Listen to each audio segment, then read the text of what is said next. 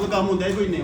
ਮੈਂ ਇਹਨਾਂ ਦੇ ਸਵਾਲ ਤੋਂ ਪਹਿਲਾਂ ਨਾ ਤੁਹਾਡੀ ਗੱਲ ਜਿਹੜੀ ਸੀ ਨਾ ਬਾਬਾ ਬੁੱਲੇ ਸ਼ਾਹ ਸਰਕਾਰ ਦੇ ਵਿਚਾਰ ਮਿਸਰੇ ਨੇ ਮੈਂ ਤੁਹਾਡੇ ਸਾਹਮਣੇ ਰੱਖਣਾ ਚਾਹਣਾ ਬਹੁਤ ਖੂਬਸੂਰਤ। ਉਹਦੇ ਆਖਰੀ ਮਿਸਰੇ ਤੇ ਗੱਲ ਕਰਾਂਗਾ ਉਹਦੇ ਇੱਕ ਲਫ਼ਜ਼ ਤੇ ਬਸ। ਮੱਕੇ ਗਿਆ ਗੱਲ ਮੁੱਕਦੀ ਨਾ ਹੀ ਭਾਵੇਂ 100 ਜੁਮੇ ਪੜ੍ਹ।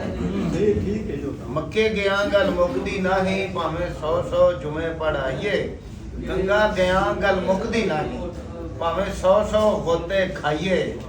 ਗਿਆ ਗੱਲ ਮੁੱਕਦੀ ਨਾ ਹੀ ਭਾਵੇਂ 100 ਪੰਡ ਪੜ ਆਈਏ। ਬੁੱਲੇ ਸ਼ਾਹ ਗੱਲ ਮੁੱਕਣੀ ਤਾਈਓ ਜਦੋਂ ਮੈਨੂੰ ਦਿਲੋਂ ਭਾਈ ਇਹ ਜਿਹੜੀ ਮੈਂ ਹਾਂ ਉਹ ਹੈ ਨਾ ਬਾਅਦ ਲੋਕ ਇਹ ਮੈਂ ਦਾ ਤਰਜਮਾ ਕਰਦੇ ਨੇ ਆਪਣੀ ਅਨਾ ਆਪਣੀ ਜ਼ਾਤ। ਇਹ ਵੀ ਹੋ ਸਕਦਾ ਹੈ ਮਗਰ ਮੈਂ ਕਹਿਣਾ ਕਿ ਬਾਬੇ ਬੁੱਲੇ ਨੇ ਕਿਹਾ ਕਿ ਜਦੋਂ ਮੈਂ ਇਨਫਰਾਦੀ ਮਫਾਦ ਦੀ ਬਜਾਏ ਇਜਤਮਾਅ ਦੀ ਗੱਲ ਕਰਾਂਗਾ, ਆਪਣੀ ਜ਼ਾਤ ਦੀ ਬਜਾਏ ਕੁੱਲ ਲੁਕਾਈ ਦੀ ਗੱਲ ਕਰਾਂਗਾ, ਉਹ ਮੈਂ ਆਪਣੀ ਮੈਂ ਨੂੰ ਮੁਕਾ ਰਿਹਾ।